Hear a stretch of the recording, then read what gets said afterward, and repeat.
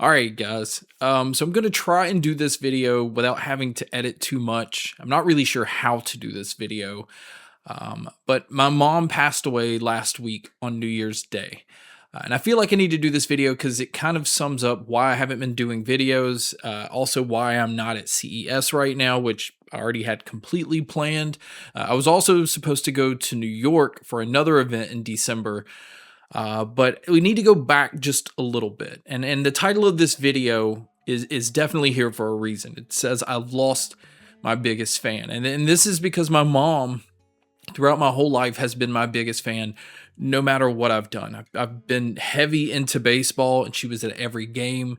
I used to do a lot of drawing and she completely supported that. She always encouraged me to keep drawing, and was a huge, force behind that. And then, when I got into YouTube, she was one of the first ones to tell all of her friends and everybody she knew what I was doing. She was just proud of what I was doing. And every time you see chaos, I wear this all the time. This is a softball team that I run, I coach. It's just an organization or whatever that I've started. And from day one, she's been there. And she was there initially because her grandkids were on the team. They have since moved on from being on the team, but she still goes out to games. And I know a lot of that is because she supported what I did, but she got to really know the players. She got, to the point where she was building relationships with these players.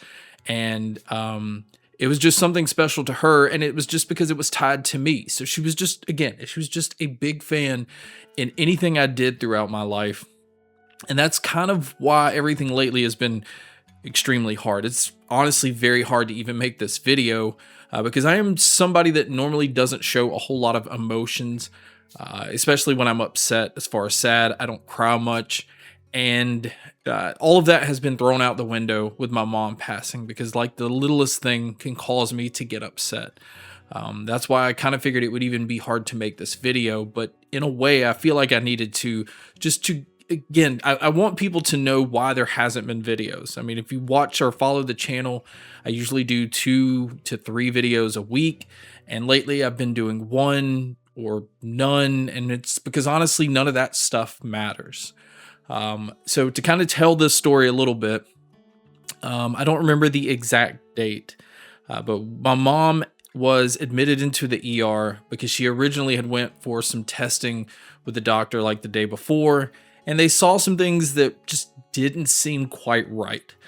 So they were going to follow up with some tests, but honestly, like the soonest they could get it done was like 2 weeks away from that original date. And the doctor said, you know what, just admit yourself into the ER because we think there's something that they need to see or check out, and it will rush the process and allow them to do some scans that we don't have to wait 2 weeks to do.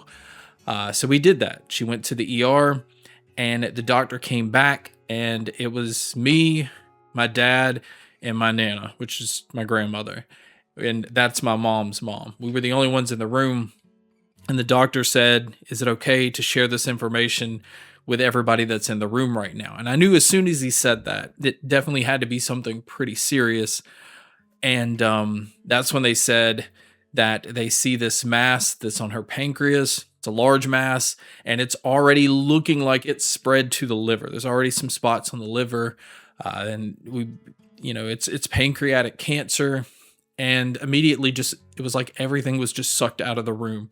My dad's head dropped. My grandmother, you could see it on her face, and my mom just kind of, she just laid there. She was in the bed, and she just kind of shook her head like, it's okay. I can handle this. And she was a very tough woman, and she kind of showed that throughout this whole, time frame that she had left from the time that she found out the news to the time that she passed on New Year's Day. She went through a lot. And we were in the hospital for a while, and she was just so ready to go home that we went home. We actually were able to have this big Christmas, like all the family at her house, which was originally planned way before this. And the strange thing about this is we never do a huge Christmas at just one person's house. We go to my grandmother's, we go to my other grandmother's, and then we go to my mom's, and we're usually just spread out. But this year, for some reason, she wanted it all at one place. And so in this time frame, I celebrated my birthday, which at the time it was sad because I felt like this was going to be my last birthday with my mom. Turned out that it was. Same thing with Christmas. There was something just sad about it. I felt like this was going to be the last Christmas with my mom, which it was. And things just weren't normal. She didn't have a whole lot of strength. She was on a lot of medicine, and this is to kind of keep her out of pain. And so even during Christmas, she had gifts, like we had to open them for her. She didn't even have the strength to do it. And then like almost immediately after opening gifts, she needed to go lay down. She was doing that a lot. Just at any given moment, she needed to lay down. Just because that was about all the strength that she had, she used to do what it was for that one specific moment. Another thing that we were trying to do, because we knew she liked Christmas lights. Like Christmas is her favorite holiday, and she hadn't been out to see lights. So one night we had thought we were going to take her out to go see Christmas lights, and that was one of the nights she just didn't have the energy to get out. And but we did actually take her. She wanted to walk around the property. This is the way she worded it, and was able to take a few steps outside, and then had to sit down. So we got the wheelchair. We wheeled her out to the front of the neighborhood so she could see the lights. We wheeled her down the street to see lights on different houses. And, she seemed like she really enjoyed it. But she did get to a point she wasn't really talking much. And she had a bad day after Christmas, or after the day that we had Christmas at her house. And so we had to go back to the hospital, and then they admitted her into the CCU. And they said that it's gotten really bad. Her blood pressure was like extremely low. They did another scan to see that the stent that was put in was attacked by the cancer that was in there. And they saw that, cancer was in other places already. So it was like really aggressive. And so they came to her with the options. They said, look, we can go back and do another surgery to have a stent put in. And then hopefully a couple of weeks after that, we can start chemo, but it just kind of depends on how your body reacts to having this stent put in. But here's what could happen. You could end up on a ventilator, which is something she never wanted, or you could end up never going back home again, which is definitely something she did not want. She was really big about being around family. She loved being at home. She has a dog named Ellie that's just was her life. Like she wanted to be around the things that were important to her. And so, she chose that she didn't want to go have surgery. She just wanted to go home. So we did get to spend 3 weeks, like 3 weeks and a day from when we found out that she was diagnosed with pancreatic cancer, is when she passed away. And so it felt like all of this time was just kind of ripped out from underneath us, because when we initially found out she had pancreatic cancer, obviously the first thing you start to do is try to look up some things, and it looked like we might have maybe close to a year left with her.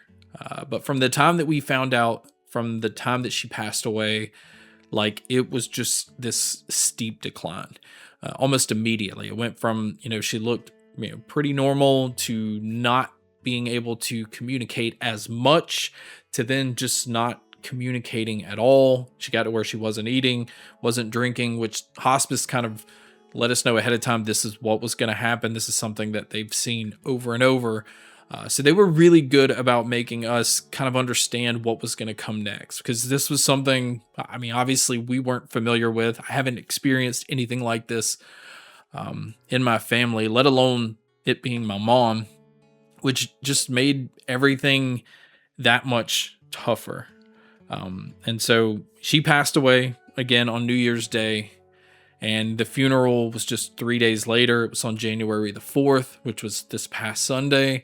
I immediately, from when my mom passed away, it hit me that I wish I would have spent way more time with her. And all the time that you have with the people that you love, the people around you, you want to take advantage of more, because my mom was somebody, she was pretty special. And it proved this at the funeral, because it was the largest funeral almost anybody that was there had ever seen. So all of this lately, to kind of wrap this up, throughout the time of her being sick, even down to the last things that she said, you can tell that she was scared. She didn't want to be left alone. So you can tell, she was just scared. And you don't want to see your parent like that, or your mom, especially when you feel like, you're supposed to be there for her. And that was all we could do, was just physically be there for her. But at the same time, it just felt like there wasn't anything that we could do. Not that she was asking anything. I think she genuinely just wanted us to be there for her. But yeah, again, this is just to kind of get some things off my chest, but also to kind of share why the channel has been lacking throughout December, which is one of the most important months for a channel that covers tech, when people are buying stuff. So the channel obviously took a hit. It's not going to help with analytics because YouTube sees it that I'm not uploading. But, honestly, none of this stuff matters. None of that matters at all in the grand scheme of things, because now I just can't stop thinking about my mom and wishing that I had any amount of time with her again. So yeah, it's been rough. Again, I want to stop it here before I get emotional on camera and then to where I can't even talk. But I appreciate everything that you guys do. I appreciate y'all always watching the videos. And as always, make sure to stay tuned for more.